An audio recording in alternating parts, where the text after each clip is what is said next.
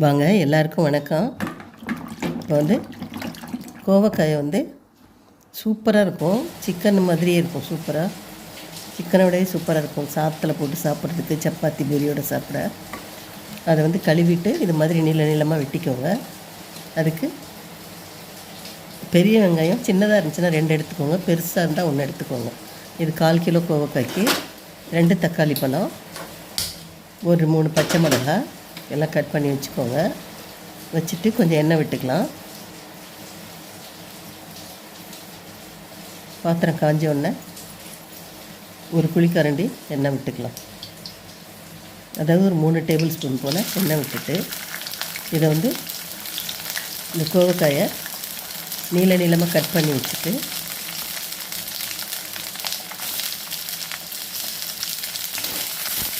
அதை கொஞ்சம் எண்ணெயில் போட்டு நல்லா வதக்கிக்கலாம். நல்லா கொஞ்சம் அது வதங்கி வேகிற வரைக்கும் நல்லா வதக்கி எடுத்துக்கலாம்.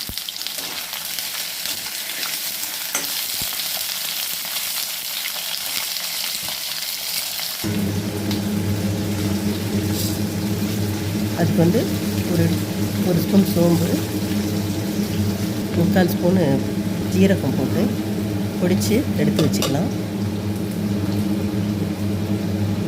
நல்லா நுணுக்கி எடுத்து வச்சுக்கோங்க.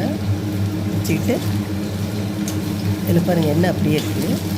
நல்லா கொஞ்சம் வதங்கின அப்புறம் கொஞ்சம் மீடியம் ஃப்ளேமில் வச்சு வதக்குங்க.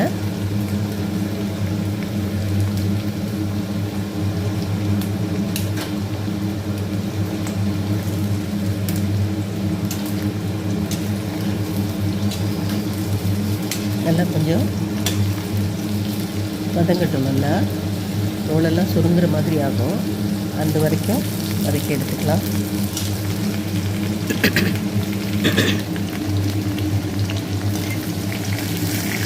பாருங்கள், எண்ணெய் அப்படியே இருக்குது, வதக்கியாச்சு. இது வேறு பிளேட்டில்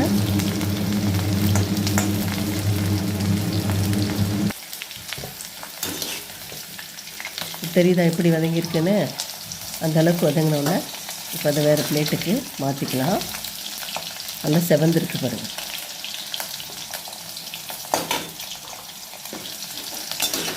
மாற்றிக்கிட்டு அந்த மீதி இருக்கிற எண்ணெயில்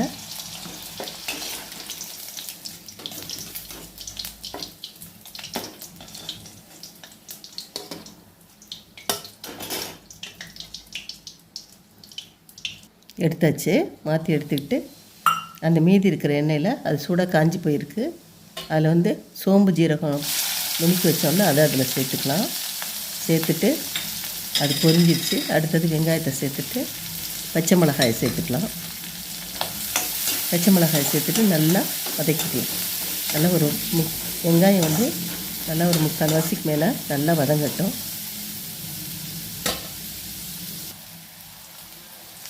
நல்லா வதங்கினோடனே கொஞ்சம் கொத்தமல்லி அரிஞ்சு வச்சு அதில் பாதியை ஃபஸ்ட்டு போட்டு இதில் சேர்த்து வதக்கிக்கலாம்.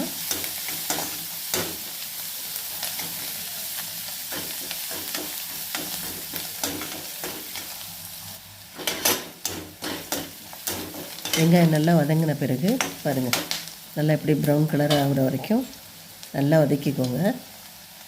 வதக்கிட்டு ஒரு ஸ்பூன் இஞ்சி பூண்டு பேஸ்ட்டு அதில் சேர்த்துக்கலாம். நிறைய போட வேண்டாம், நான் ஒரு 1/2 ஸ்பூன் கிட்ட தான் போட்டிருக்கேன். போட்டு நல்லா அது பச்சை வாசம் போகிற வரைக்கும் நல்லா வதக்கிக்கலாம். அதுவும் நல்லா எப்படி செவந்து வந்துடுச்சு பாருங்கள். நல்லா வதக்கின பிறகு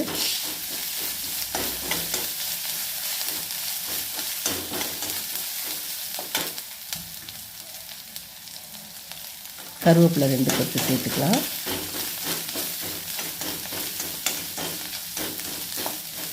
கருவேப்பிலையை சேர்த்துட்டு தக்காளியை பொடியாக வெட்டி வச்சுருக்கோம்ல அதை இப்போ அதில் சேர்த்துக்கலாம்.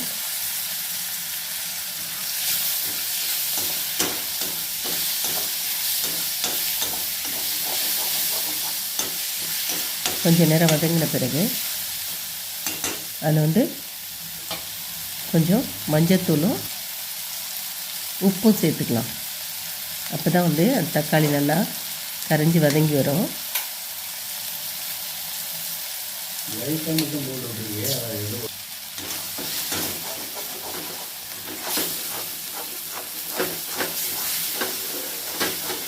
தக்காளி நல்லா வதங்கட்டும். வதக்கிக்குவோம். வதக்கிட்டு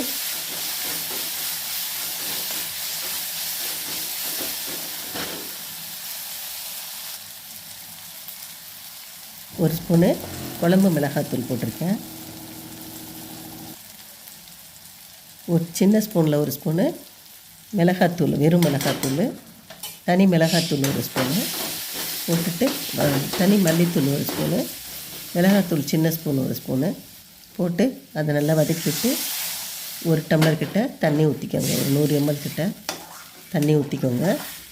ஊற்றி அதை நல்லா கொதிக்கட்டும். நான் கரம் மசாலாலாம் போடலை. உங்களுக்கு பிடிச்சிச்சின்னா வெண்ணெய் போட்டுக்கோங்க. இதுவே சூப்பராக இருக்கும். நீங்கள் வச்சு பாருங்கள்.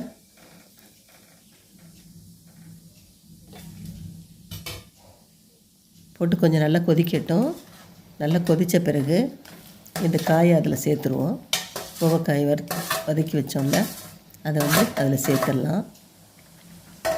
இது ரொம்ப சுகர் பேஷண்ட்ஸுக்கு ரொம்ப நல்லது. எல்லாருக்குமே உடம்புக்கு ரொம்ப நல்லது. அதனால் செஞ்சு சாப்பிடுங்க. உப்பு அதுக்கு தேவையான உப்பை போட்டுக்கலாம். வெங்காயம் வதங்கிறதுக்கு இதுக்கு தான் போட்டோம். இப்போ காய்க்கு உப்பை போடலை, சும்மா தானே பொரித்து எடுத்தோம். அதனால் அதில் கொஞ்சம் உப்பு சேர்த்துக்குவோம்.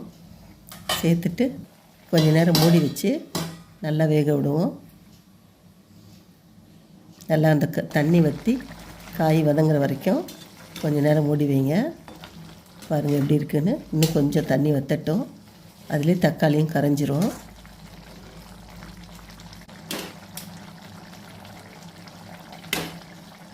எப்படி இருக்குன்னு டேஸ்ட் பார்க்கலாம். உப்பெல்லாம் சரியாக இருக்கான்னு. உப்பெல்லாம் கரெக்டாக இருக்குது. மறுபடியும் கொஞ்சம் நேரம் மூடி வச்சு இப்போ பாருங்கள், சுத்தமாக வற்றி எண்ணெய் எல்லாம் மேலே வந்துருச்சு. இப்போ ஒரு ஸ்பூனு மிளகுத்தூளை போட்டுட்டு, கசூரி மெத்தி நான் கை வச்சு கசக்கி வச்சுருக்கேன். அது ஒரு ஸ்பூனு அதையும் அதில் சேர்த்துட்டு, மல்லித்தலையை சேர்த்துட்டு ஸ்டவ்வை ஆஃப் பண்ணிடலாம். ஆஃப் பண்ணிவிட்டு எடுத்து சாப்பாட்டில் போட்டு சாப்பிட்லாம். சப்பாத்தி, பூரி, இட்லி எல்லாத்துக்குமே சூப்பராக இருக்கும். நீங்கள் சாதத்துக்கு ஃபஸ்ட்டு சாப்பிட்டு பாருங்கள் எவ்வளோ அருமையாக இருக்குதுன்னு. பிடிச்சிருந்தால் லைக் பண்ணுங்கள், ஷேர் பண்ணுங்கள், மறக்காமல் சப்ஸ்கிரைப் பண்ணுங்கள். ரொம்ப நன்றி, வணக்கம். அவ்வளோ டேஸ்ட்டாக இருந்தது. நீங்கள் செஞ்சு பாருங்கள், அப்போ தான் தெரியும்.